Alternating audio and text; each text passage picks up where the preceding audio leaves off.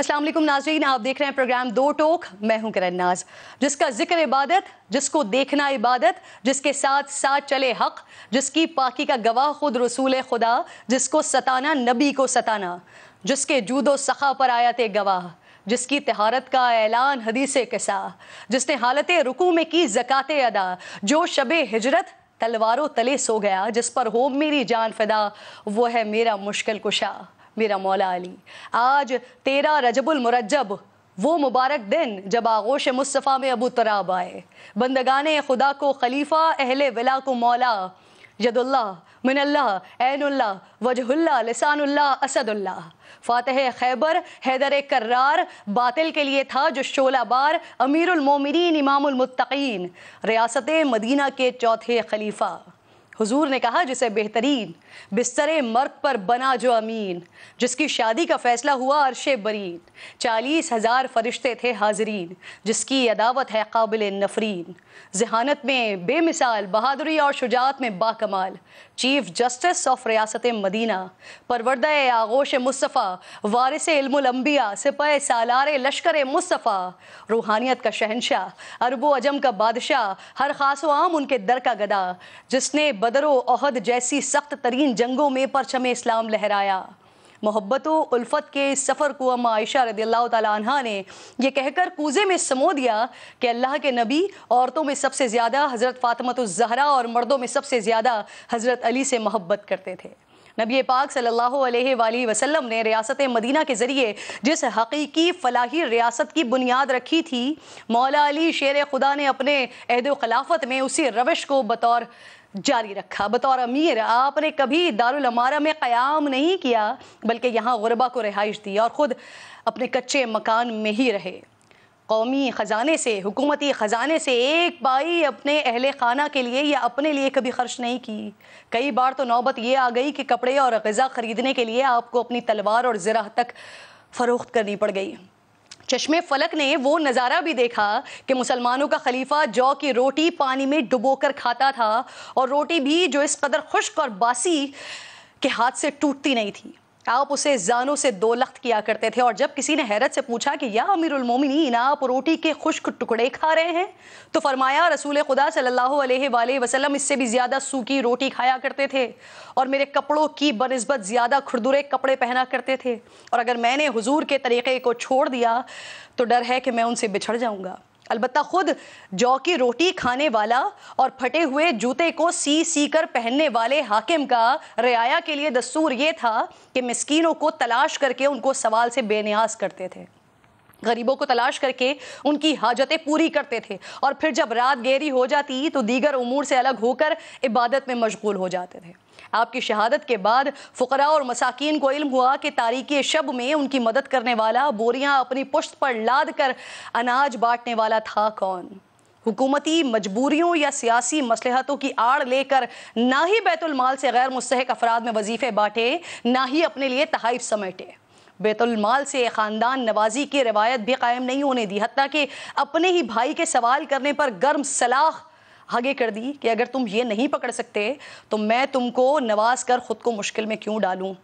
فتنوں اور پرآشوب حالات کے باوجود مخالفین کو زیر کرنے کے لیے کبھی ہیلا و فریب سے کام نہیں لیا، حکومتی اختیارات کو ذاتی انتقام کے لیے استعمال نہیں کیا، بہتان تراشی نہیں کی، کسی کو جرم سے پہلے سزا نہیں دی، کسی پر اس کام کا الزام نہیں لگایا جو اس نے کیا نہیں، اور سیاسی مصلحتوں کے پیش نظر مجرموں کو بھی کبھی معاف نہیں کیا۔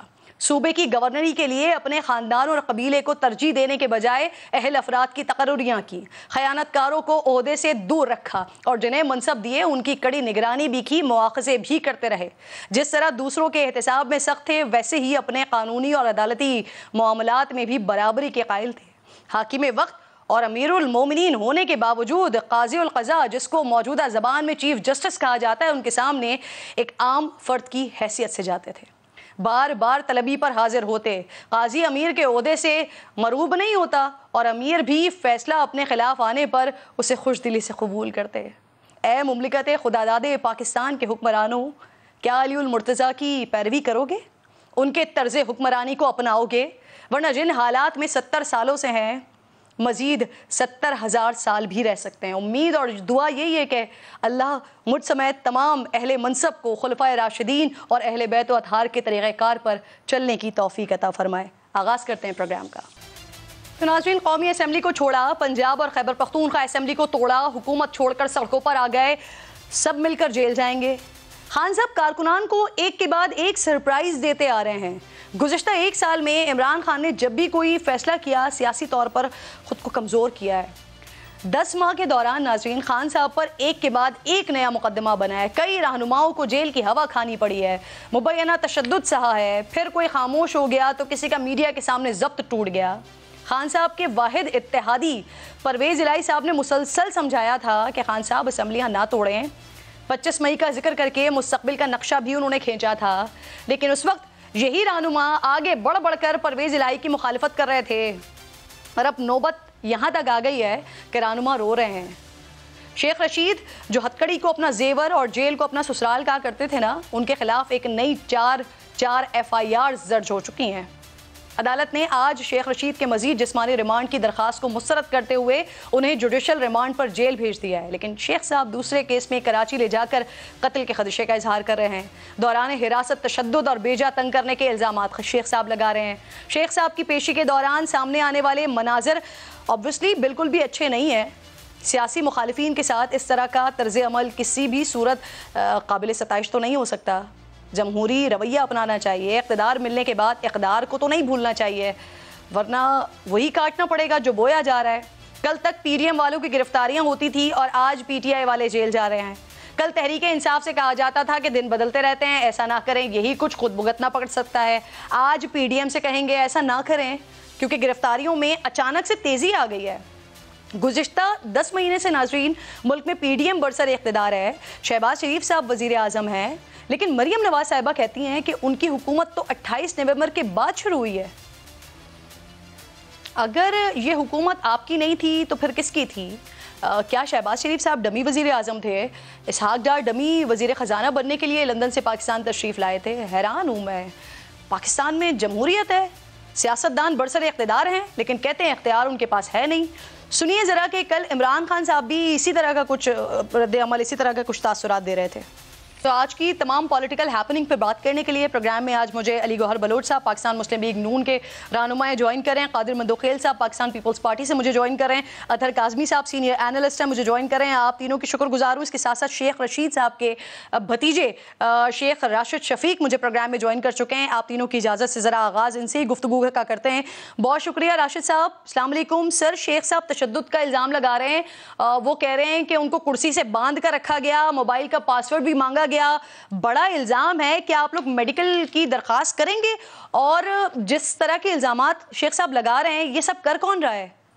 شیخ رشید صاحب نے آج جج صاحب کے سامنے کہا کہ جناب کے انہوں نے صبح مجھے 3-4 بجے جگایا اور 4 بجے جگانے کے بعد کرسی کے اوپر ہتھکڑیاں لگا کے میرے پاؤں کو بھی باندھ دیا، کرسی میرے پر کیا نام آنکھوں میں پٹیاں باندھ کر، اور یہ مجھ سے میرے پہلے موبائل کا پاسورڈ پوچھتے رہے ہیں۔ تو میں نے ان کو کہا کہ یہ پاسورڈ مجھے نہیں پتا، اور جس بندے کے پاس یہ پاسورڈ تھا وہ عاصم لڑکا واقعی کراچی میں فوت ہو چکا ہے۔ پھر اس کے بعد انہوں نے یہ بھی الزام لگایا کہ ساری رات یہ مل تو یہ کہتے رہے کہ عمران خان صاحب کو ہم نائل کرنے جا رہے ہیں، اور عمران خان کی نائلیت کے بعد آپ کیا فیصلہ کریں گے؟ انہوں نے کہا کہ میرا فیصلہ جیسا یہ نوٹ کر لیں کہ میرا فیصلہ یہ ہے کہ میں خون کے آخری قطرے تک عمران خان کے ساتھ کھڑا ہوں، اور یہ مجھے مجبور کرتے رہے ہیں کہ آپ کسی طریقے سے عمران خان کا ساتھ چھوڑیں۔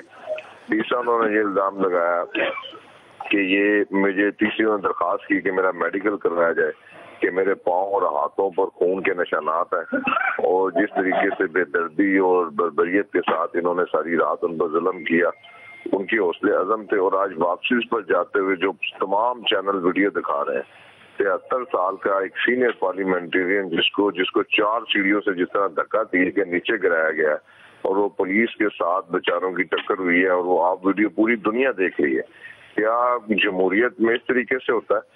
کیا شہباز شریف کو اس طریقے سے دھکے دیے گئے ہیں؟ یا کیا مریم نواز کو، کیا نواز شریف کو، کیا بلاول آصف زرداری کو اس طریقے سے دھکے؟ وہ تو آتے تھے اسکاٹوں کے ساتھ، وہ تو فلموں کی شوٹنگ پہ آتے تھے۔